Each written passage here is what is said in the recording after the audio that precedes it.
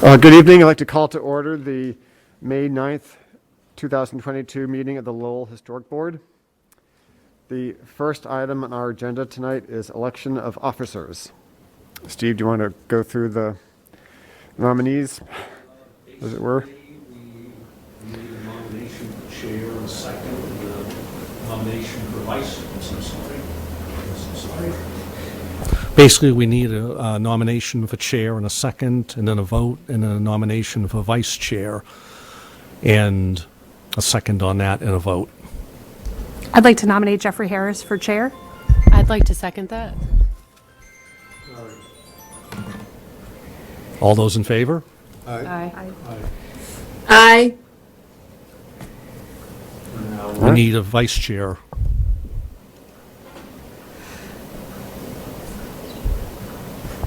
I'd like to make a motion to nominate Carrie Janess as the vice chair. I'll second that. All those in favor? Aye. Aye. Would you like to make an inauguration speech of some sort? No, I'm kidding. It's been a pleasure to serve and look forward to another year. Thank you, everyone. Next are the public hearings section of our meeting. We have one public hearing on our agenda this evening. That item is DLHD-22-26, 330 Jackson Street. This is an application for a historic permit by 330 Jackson Street LLC for construction of an approximately 540 space, 8-level parking garage on an existing vacant lot pursuant to the Lowell Historic District Act. If the applicants are here, would they like to step forward and introduce yourselves and present the project? Is Jerry on the line? Yeah, she's up. Yes, I am.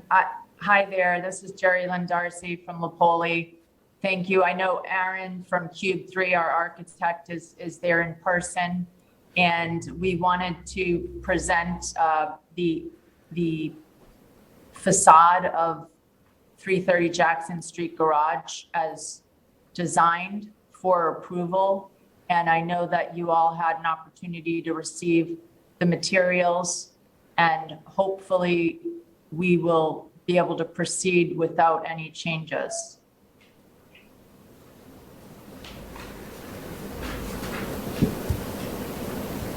Does the architect wish to make any presentation or walk us through the design? Sure. So, as everyone has been involved here for the last year or so, the garage has got approximately 540 spaces and 8-tier garage, new construction, and previously there was the request from the city and from Stephen to add a vertical banding to break up the facade that was presented previously almost a year ago now, and we've had conversations with Stephen and feel that the banding breaks up those facades and also relates in to the context across the street as well. Okay, thank you very much. Is there anyone here who would like to speak in favor of the application? Anyone online, Steve? Nope. Second call? Third call? At this point, I'd like to invite anyone who wishes to speak in opposition to this proposal to come forward and speak. Second call? Third call? Hearing none, we'll now turn it over for board discussion.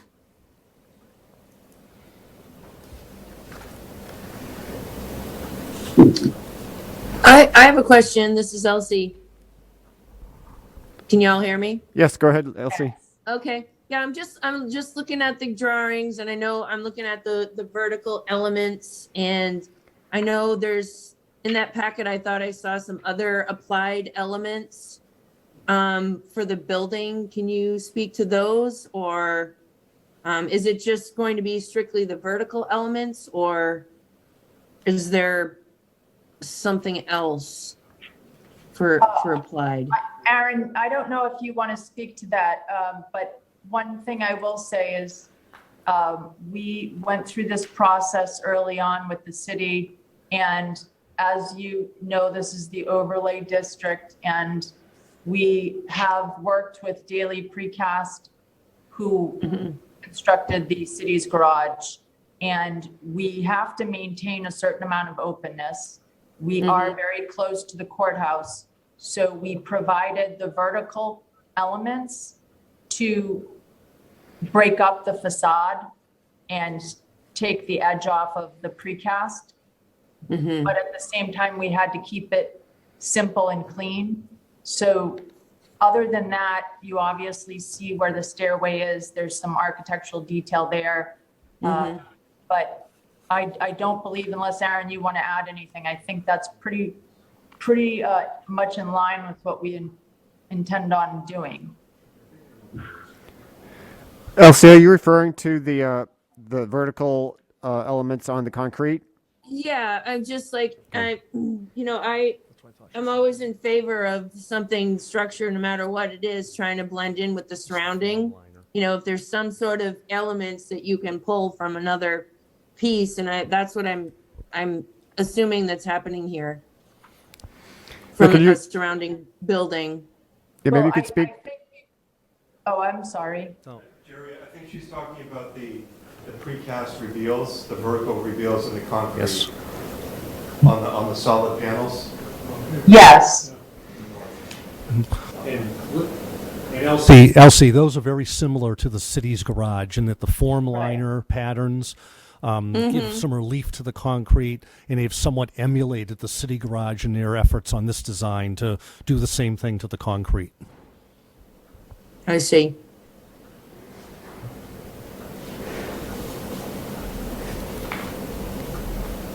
Any other questions from the board? I had one quick question. The application mentions a warm copper color for the applied panels. Is the intent to match the copper color on the nearby city garage? I noticed that there are a couple tones on that garage. One is very kind of orangey copper, so I wasn't sure if you're looking to match that or differentiate from that. No, actually, that will be more of a bronze tone, so that it will be more organic in appearance. I personally, we are trying to stay away from anything that's too bright. We want the garage to be kind of in the background as opposed to in the foreground. So we are trying to avoid any bright finishes. Okay. Okay.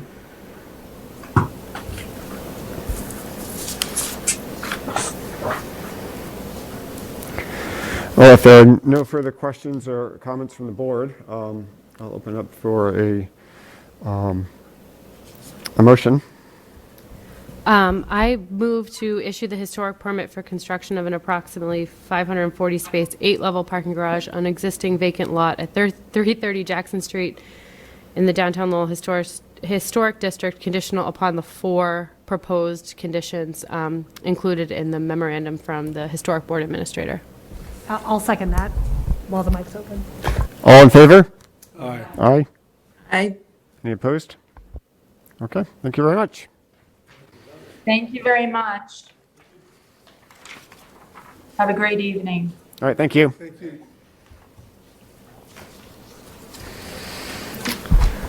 right, well, that concludes the public hearing section of our meeting. We'll now move on to approval of the minutes from the March 14th meeting and the March 31st meeting. Has everyone had an opportunity to review those minutes that Steve provided? Any? I motion to approve both the March 14th and March 31st meeting minutes. I'll second that. All in favor? Aye. Aye. Thank you. Next, other business. Steve, you want to discuss the master plan steering committee request? Do it. Yeah. Christine, how about you talk about to that? Excellent. Thank you, Chairman Harris. The DPD is kicking off a new master planning process, Resilient Lowell 2040. We are in the process of securing a consultant while simultaneously trying to create a master plan steering committee. We're trying to recruit 20 to 30 members to participate on the steering committee. We want the steering committee to be reflective of the community. And then we have some sort of what we're calling statutory requirements built in. So we want to make sure we have representation from all of our land use boards, including the historic board. And the purpose of the committee is to meet quarterly with city staff who are leading the project, as well as the consultants, to make sure that that outreach and engagement is as thoughtful and diverse as it possibly can. And so that's the main, and so the steering committee is not responsible for writing the plan, and for anyone listening at home, we're soliciting resumes for community members till the end of the month. You can email masterplan@lowellma.gov. But tonight, we're looking for the historic board to recommend a member to participate on the steering committee to make sure that all historic related and preservation related items are, at the forefront of the planning process. Great, thank you. Just to be clear, given your deadline, you would prefer that someone be nominated and voted upon tonight? That would be. Okay. Sure. I would be interested in serving, but, obviously if anyone else is interested, that's great too. But I'm interested in the steering committee, and as far as I know, the statutory requirements don't include any attorneys, so I think that could be valuable. I think you'd be awesome. And I would normally be interested. I'm going to be retiring in 6 months, and I'm not sure what, my availability will be. I'll be away a lot. Appreciate that, thank you. I would have voted for you over me. If you were interested.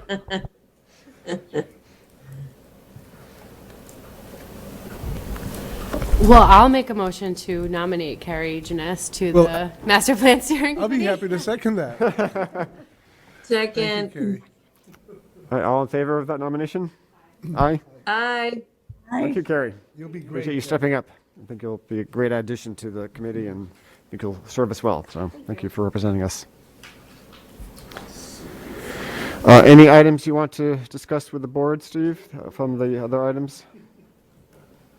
I was about to say, if you don't want to give us the full report, I do, if you need us to make a motion to put the two You proper. will, I just want to show Okay. you this first, that we see what you're voting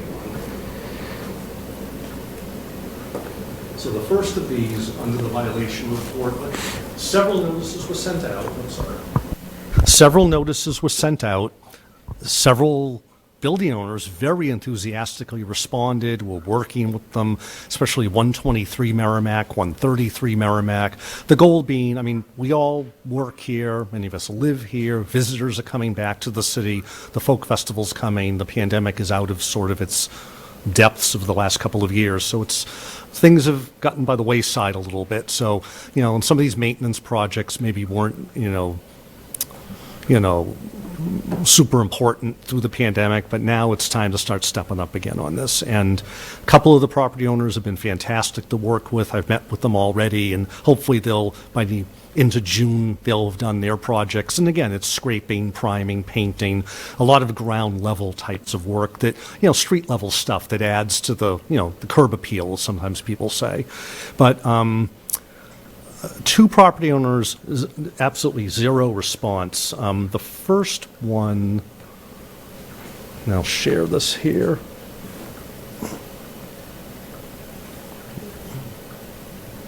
Hold on.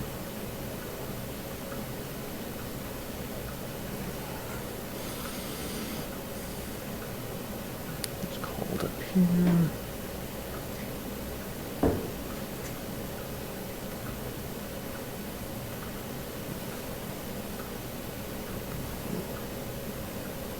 Okay.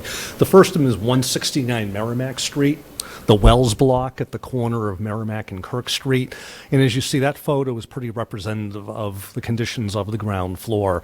Wood repair, peeling paint, in need of scraping, priming, painting, and so forth. The second one is 147 Central Street, which is the Saab building. And let me scroll that one down. Again, similar issues with, even a little more dire with, wood basically clearly almost falling off some of the storefronts. There's also work undertaken over time where many doors have been replaced, interchanged, and it doesn't match with what was approved in '83 for rehab and boarded up, and also mismatched windows. So that's what the votes are requested for those two properties. And as it notes, either comply or appear before the board at a June 13th public hearing, where you would then find if the alleged violations exist, and if they do exist, vote that they do, and then set any fines, amounts, and from there on. So those are the two. The 169 Merrimack Street now has scaffolding on the entire building, so is that already being addressed? No, 169 is doing roof work, and by the nature of the roof, they need to scaffold it to access it to do the work properly. This is just regarding the storefronts. Interesting side note, one of the minimum maintenance notices did go to 45 Merrimack Street, the Hildreth building, but that sold in the midst of the notices crossing in the mail. So I've spoken with the new owners. They're already jumping in on design, exploration of the interior there, and we'll be working with them to, it's just painting and so forth. Hopefully we'll get that done in short order. The other thing with the Wells block at 169, Jim, is that that's in the process of maybe being sold as well.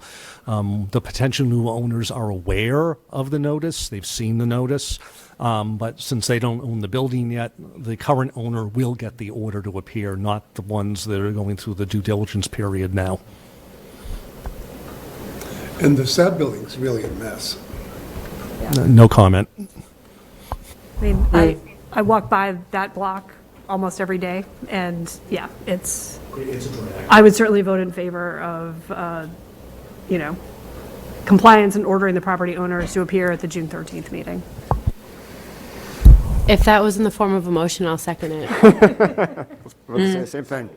Yeah, that's for both. I have personal experience with 147 Central, but based on your photographs, I would vote for both. Can I ask you a question? It's Elsie. Do you know if they actually got the notice, or, like maybe they didn't get it, or? The Or is notice it- the notice went to the address that the tax bills go to, and it was not returned. So one can Okay. assume that they did get it. Yeah. Based upon some other interaction with other city officials, the 147 Central Street owners are, I don't know, they're prone to ignore, shall I say, things that I are see. sent to them. Yeah, Okay, so there's a history there. a little bit, yes. Okay. And these notices, these notices would be then sent also via mail? I'll double check. I think these we'll probably send I was certified. gonna say, if we could send them certified so we get some, Yeah. I recommend you send one certified, one regular. Well, that's mail, how it would be. okay. Yeah, a Great, twofer. yeah. Yeah. Because even Glad if, to hear that. certified gets returned, we know confirmation Right. of receipt. Right, okay. All right, so can we have an official motion for that then? Yeah, so I'll make a motion for compliance and ordering the property owners to appear at the June 13th meeting for both 147 Central Street and 169 Merrimack. And I second I that. second. All in favor? Aye. All I right, thank you all. That's something else I do want, under current projects. This is something else I want to pop up. Okay. This is at 80 Gorham Street again this morning, so I want people to kind of take a look at this. Yeah, I saw your Facebook post about that.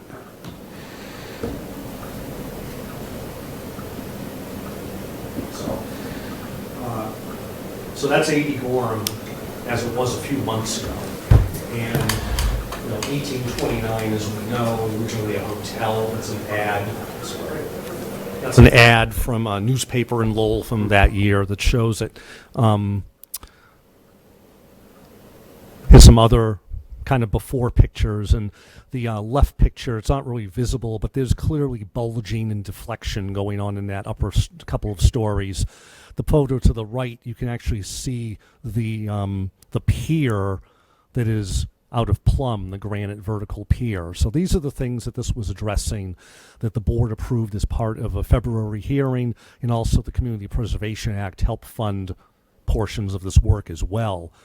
So basically, this is how it looks now. It's shrouded. You don't really know what's happening. The last time we've had a building shrouded like that, I think might have been the Bon Marché back in 1995. You really didn't know what was going on underneath there. But this is a little bit of what's happening. The photos on the left and in the right show the second and third floors pretty much removed in totality in terms of the facades. Both views are taken from the second floor level, and so you can see the granite lintel of the ground floor right below in the bottom of each photo, while in the middle photo you'll see some of the 1829 brick that's been salvaged for reuse on the facade.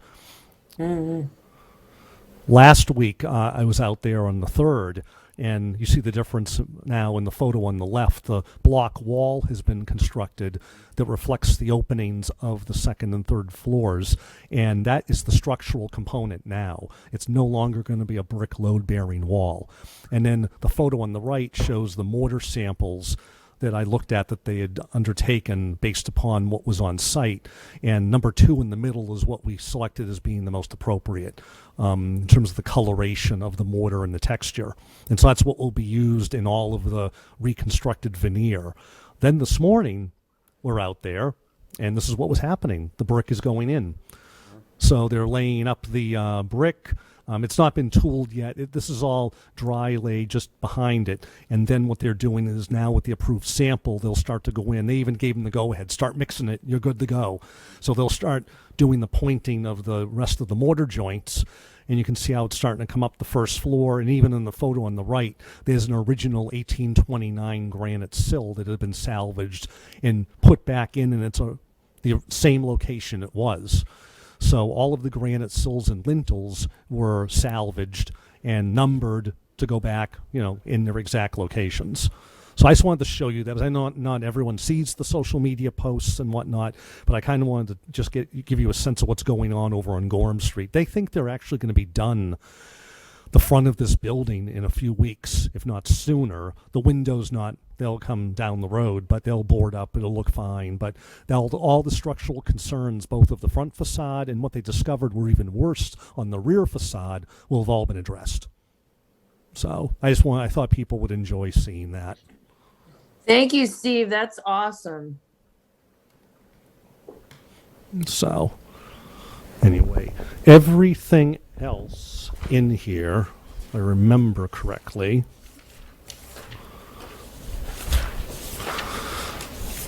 no, thanks. No, I've got it. Everything else in here is informational for the most part. Preservation Month, we did a tour downtown Saturday morning. Jim was able to get in on it. What do we think, Jim? 65, 70 people maybe? Yeah, it was a little chilly, but... Huh? Oh, thank you. Well, it was I didn't feel it till about a quarter into it, though. It was, I hadn't done it in 3 years, so it's kind of, you kind of get it going again.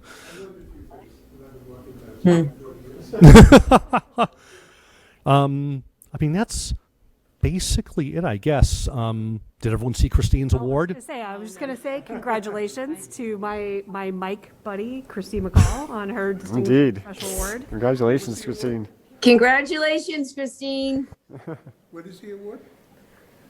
Distinguished Young Professional Award from the Greater Lowell Chamber of Commerce. Distinguished and young. Those are two really good things. All right. Not even graying yet. That's amazing. Yeah.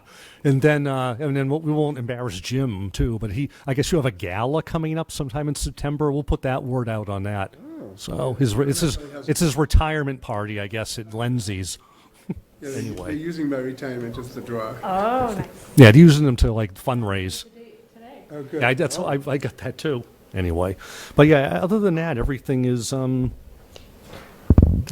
June may be a bit of a long meeting, just to give you a heads up. Potentially, we may have 2 violation hearings. We may have 199 Market Street on the agenda for a hearing. That's the building next to Warp and Weft, sandwiched between Warp and Weft and the Athenian. I provided the potential purchaser and his architect with the only known historic image of the building from 1934 that shows a giant steel window on the second floor with multiple lights and then a storefront. I've given them the McCarthy, the Tremonte storefront details as something to go off of. So that might be on the agenda. And there may possibly be a handful of mural applications that month as well. So it could be. A lot of activity down, the Hildreth building is sold. Well, that was the thing about the Hildreth sold. Well, yeah, we mentioned that on the tour. We're talking about the Hildreth and the Queen Anne style and how the building might be getting its second-gen rehab, as I call it. You know, it sold for $3.1 million several weeks back. Fingers crossed on the Merrimack Street, 169 as well. Both buildings somewhat underutilized and to some degree to various extents. The idea for the Hildreth is it would be housing on the upper floors, as well as the buildings that extend to the rear on Page Street. Those would be addressed as well, because those have never been really addressed in any meaningful way anyway.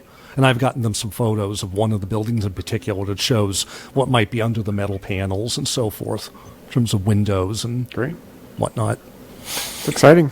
Yeah. So that's pretty much what I have. All right. Unless the board members- I'd like to say a few things. I'd like to thank Steve. I'm sorry I missed your tour on Saturday. I was up north with my mom. So otherwise, I was looking forward to going on the tour. But I do want to thank you. Steve's been working with us at the MPS. We're having our masonry workshop on June 13th. The class is full, and Steve has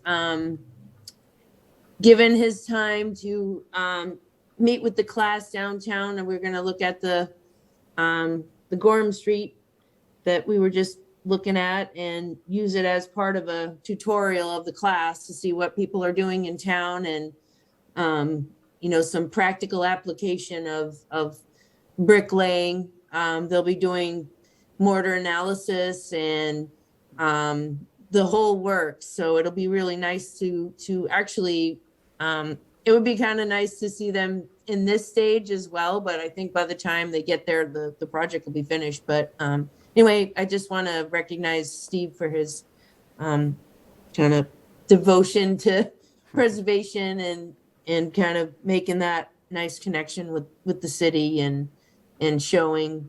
I'm not sure who all the students are. They a good portion of them are National Park Service students, but there could be others in there as well from other states. So anyhow, thank you for that, and I appreciate that.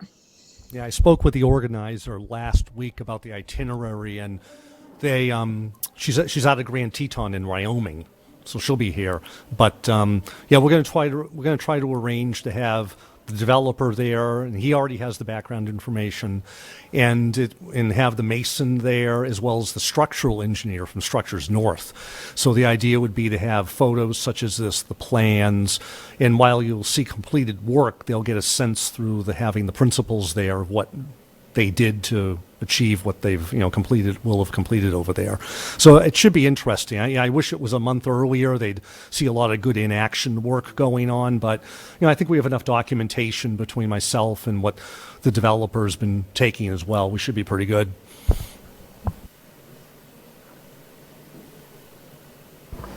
Great, thanks, LC. Any other items from board members? If not, I'll entertain a motion to adjourn. So moved. I'll second that. All right, thank you.